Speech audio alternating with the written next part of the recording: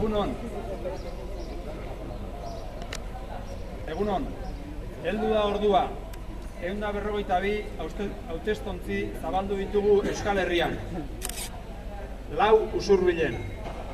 Hilabeteetako lanaren ondoren, gure herritarren borondateari bide ematera goaz. 258.000 lagunek aukera izango dute gaur herri honen etorkizunaren inguruan hitza hartzeko. Aurrean biderik ez da, norberak egin ez bada. Hala dio Anarik bere abesti batean. Erabakitzeko eskubidea aldarrikatzetik betetzera pasa gara.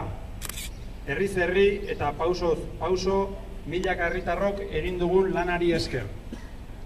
Herritarrok ahaldunduz bide itxaropentsu bati hasiera ematen ari gara.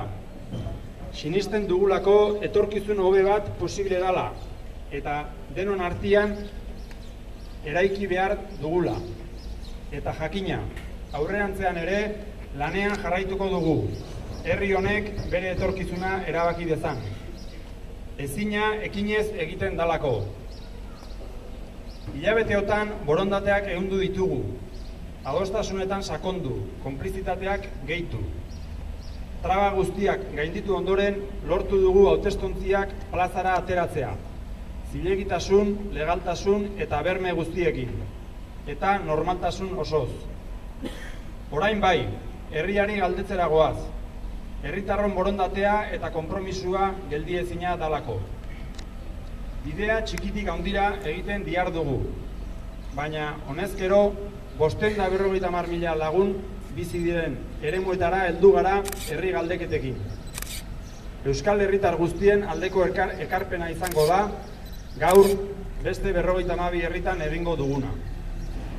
Parte hartzeak egiten gaitu herri, eta gure botoak irudikatuko du etorkizunean nahi dugun herria.